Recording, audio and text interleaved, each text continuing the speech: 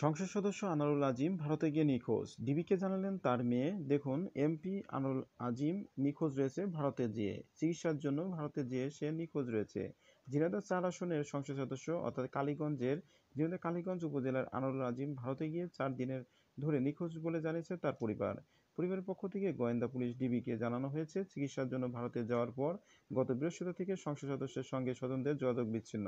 এ নিয়ে স্বজনেরা উদ্বিগ্ন রয়েছে যে তাকে খোঁজ পাওয়া যাচ্ছে না। আনোয়ারুল আজিমের মেয়ে মুমতারিন ফেরদৌস আজ রবিবার বিকেলে ঢাকা মহানগর গোয়েন্দা পুলিশের ডিবি কার্যালয়ে যান। তিনি ঢাকা মহানগর পুলিশের ডিএমপি অতিরিক্ত কমিশনার ডিবি মোহাম্মদ হারুনুর রশিদের সঙ্গে দেখা করে বিষয়টি জানান। মুমতারিন ফেরদৌস ডিবি কার্যালয়ে সাংবাদিকদের বলেন, তার বাবা ভারতে গিয়ে নিখোঁজ হয়েছেন। বিষয়টি জানাতে তিনি ডিবি কার্যালয়ে এসেছেন। এছাড়া তিনি বলেছেন, ডিবি মোহাম্মদ হারুনুর রশিদ সাংবাদিকদের বলেন, সংসদ সদস্য আনোয়ারুল আজিম ভারতে একটি বাংলাদেশি মুঠোফোন ও একটি ভারতীয় মুঠোফোন ব্যবহার করেন। নম্বর দুটি কখনো বন্ধ আবার কখনো খোলা পাওয়া যাচ্ছে। বিষয়টি নিয়ে ভারতের পুলিশ বাহিনীর সঙ্গেও কথা বলা হচ্ছে।